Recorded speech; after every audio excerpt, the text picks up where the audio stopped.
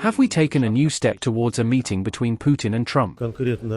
This particular topic was not discussed, but we have certainly taken a step forward in terms of understanding each other's positions better, and the Americans now have a better understanding of the logic behind our position. This was important given that Jared Kushner had only just joined the team. It was important for him to get a feel for our president's character and the ideas and principles he brings to the table when talking with the Americans. In this regard, the meeting was very successful. I would also venture to say that Kushner made a good impression on our president. What role does Kushner play in these talks? As a major businessman? They are all major business figures. Ushakov is one of the biggest. They are all wealthy and influential, but they have now devoted part of their lives, part of their free time, to achieving good results. But they are not diplomats. Do you find this difficult? The difficult issues that will determine the form and future of the document are being ironed out.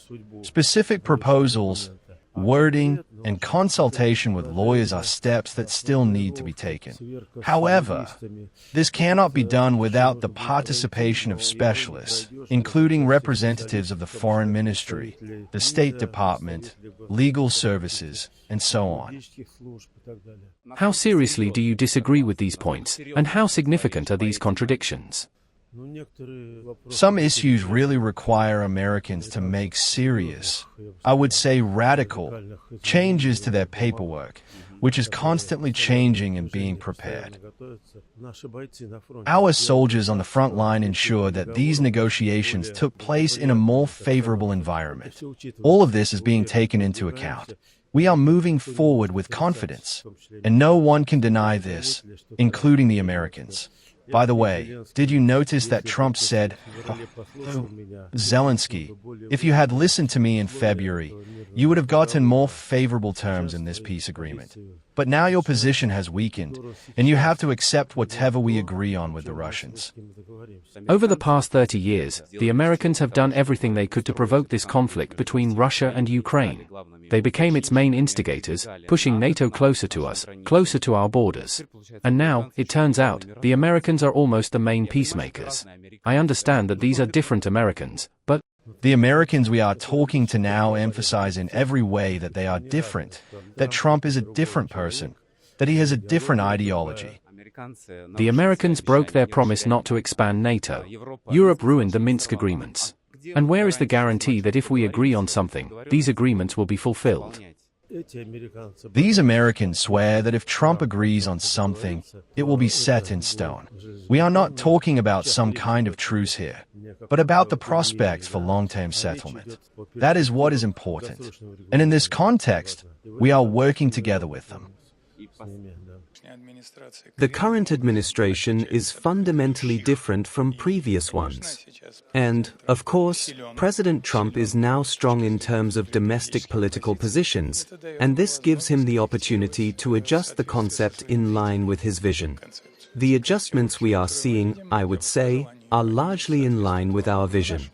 And perhaps we can hope that this may be a modest guarantee that we will be able to continue working constructively together to find a peaceful settlement to the conflict in Ukraine, at the very least. And there's even talk that NATO needs to stop expanding. Absolutely. There are statements against confrontation and in favor of dialogue and establishing good relations. That is what Putin is talking about. On the one hand, that is encouraging. But, on the other hand, we know what happens when everything is beautifully written down in theory, but the so-called deep state does everything differently. That happens too. Listen, we will take national and personal responsibility for these steps, as well as legal responsibility. Provide us with guarantees. No one wants to share responsibility with them, yet everyone wants the money. The money they are talking about will, in principle, be enough to spend Ukrainians like bullets for a couple of years. But we have heard that the International Monetary Fund has issued a statement in which it speaks very cautiously on this subject and calls for such steps not to have a negative impact on the international financial system in any way. That is, even the IMF. And what is the IMF? It is what they created. It is the foundation of monetary policy of the monetary world. It turns out that this foundation is now turning against its progenitors, telling them to come to their senses. It's a phenomenal situation. We haven't seen anything like this in a long time.